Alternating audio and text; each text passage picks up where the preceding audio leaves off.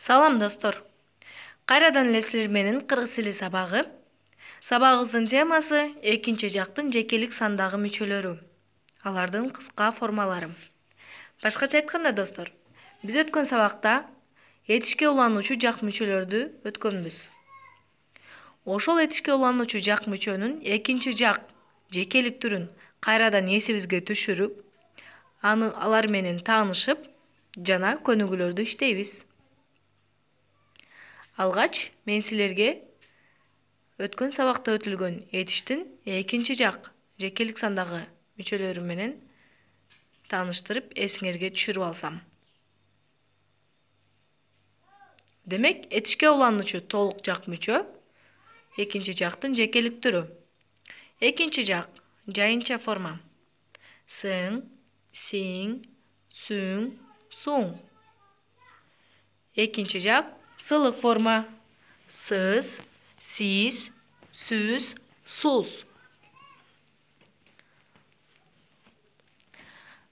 Достор, биз өткөн сабакта өтүлгөн экинчи жактын жекелик түрүн эсибизге түшүрүп алган болсок, анда төмөндөгүдөй тапшырмаларды алабыз. Биринчи тапшырма. Берилген этиш сөздөрдү өзгөртүп, оңдоп жазгыла.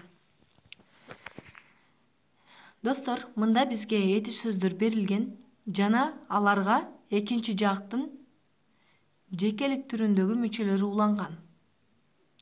Биз аларды карап, оңдоп чыгабыз